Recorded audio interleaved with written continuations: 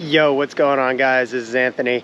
Today I want to show you guys, so I got approved to build this this special little project bike from YT, where I wanted to build their downhill bike, the YT Tues, into a single crown, single speed, single brake machine. I was originally inspired by Eric Fedko to do the build. He was one of the first guys I saw do a single crown on the Tues, and I got to ride with him at Freeride Fiesta in Mexico, and it was just cool watching him ride the bike and do everything. But I want to take it like, you know, one level further and make it a single speed and remove the front brake for it, because one of the things that I realized at an event like Freeride Fiesta was I pretty much pretended like my front brake didn't exist while I was out there riding. So with there no need for a front brake, unless you're of course doing tricks like backflip suicides that you would need a front brake for, which I'm not doing 360 suicides or backflip suicides. So usually you need the front brake to stop the front wheel momentum so that the bars don't spin on their own while you're doing the suicide in those spinning rotations. Anyways, I don't do any of those tricks, so I wanted to make a very simplified version of what Eric did. So I'm going to take you guys through the bike, show you everything that I did to and how I customized it, and hope you guys enjoy it. All right, so here she is. This is the YT Tues made single crown. The bike that my downhill bike that I usually take on trips with me is a size medium. This bike is a size small, so it kind of shortens it up for, you know, bar spins and tail whips, which is kind of one of the main reasons that I wanted to build the bike.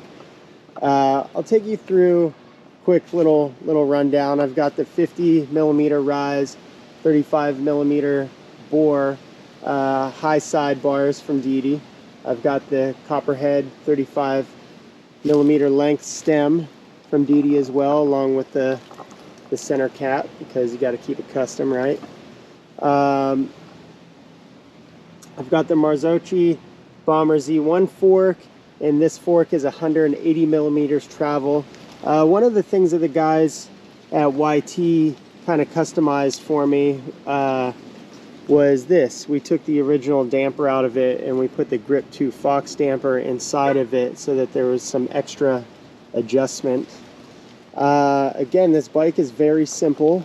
So we've got the Fox X2 rear shock. I have these E13 carbon cranks that originally came on my downhill bike. And then attached to those are the Ninja Yoshimura Chileo pedals to the wheel set. So got the Profile Elite MTB hubs front and rear. Those are laced up to the DT Swiss Freeride 560s, which I have been liking a lot lately.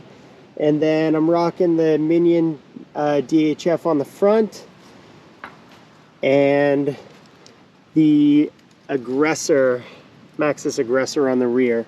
I might change my mind in the future and go to the Assegai, but we'll see how it goes. See how it handles up at Big Bear or wherever park I end up at. We've got moving to the seat, we've got the DJ Frisco seat from Didi, and that's on an I-beam system, as you can see right there. And then one of the other things is just need a lot of cable wound up around the headset here. And the reason is for bar spins and tail whips. I think I can do four different variations of bar spins and tail whips with this length, and then it'll go 4 more. So it'll unwind and then rewind again. And then connected to those brakes are the TRP DHR Evos, which are hands down some of the best brakes I've ever ridden, and I absolutely love them. And then you can see them back here. So those are sitting on 203 millimeter rotors. One of the other very specific things that I want to talk to you guys about is, you know, you're taking a downhill bike with the triple tree fork and you're turning it into a single crown. So with that, you're switching up a little bit of the geometry because you're going from a fork that's 203 to 180. So with that said, we were able to find these headset cups on the lower end, wolf tooth, I believe it's a 10 millimeter spacing. So what this does is it fills the gap where we're missing the original travel from the downhill fork. And with that, it's keeping the frame geometry more true to the bike, and it's creating clearance here. As you can see, it doesn't look like there's very much clearance there. I would say there's probably 1/4 of an inch clearance there, which is actually a lot. Some of the other guys that I've seen do this are running normal headset cups, which is changing the geometry of the bike, and then they're actually filing these down or completely removing the knobs so that they're not there at all. With the headset cup, I was able to create that space, and then I didn't have to do any unnecessary filing or machining or customizing of any of the knobs. So I'm pretty psyched with that. Other than that, like I said, it's a pretty, actually it is a very simple build, and with that said, we're talking about single speed derailleur here. So let me try and turn this around and put it in the sun. All right, so like I was saying before, this bike is super simple. Now this is the SB1 single speed derailleur.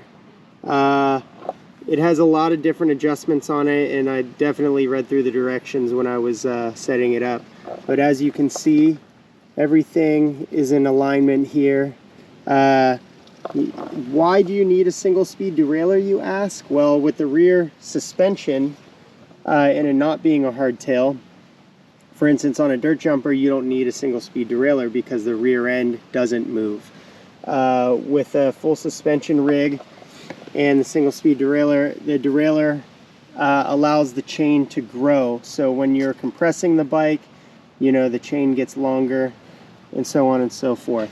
This allows it so that I can just stay in one speed. So I've kind of picked the gear that I always want to be in. And this is pretty common for free riders as well. I've talked to a lot of guys about what gearing to use and everything like that. So I'm pretty confident with what I have going on here. But this bad boy ran me close to 400 bucks. But from what I understand, it is well worth it. So I'm rocking that out. Pretty psyched on it. Outside of that, like I said, this bike is very simplified. So there really isn't too much else to say about it. I'm really excited to take this thing up to Big Bear and cut some laps on it. I'm going to include some riding footage to tag along with this, and I hope that you guys enjoy it. If you guys have any questions, comments, anything at all, leave them down in the comments, and I will do my best to answer them and make sense of it all. Thanks for watching, guys. Enjoy the riding.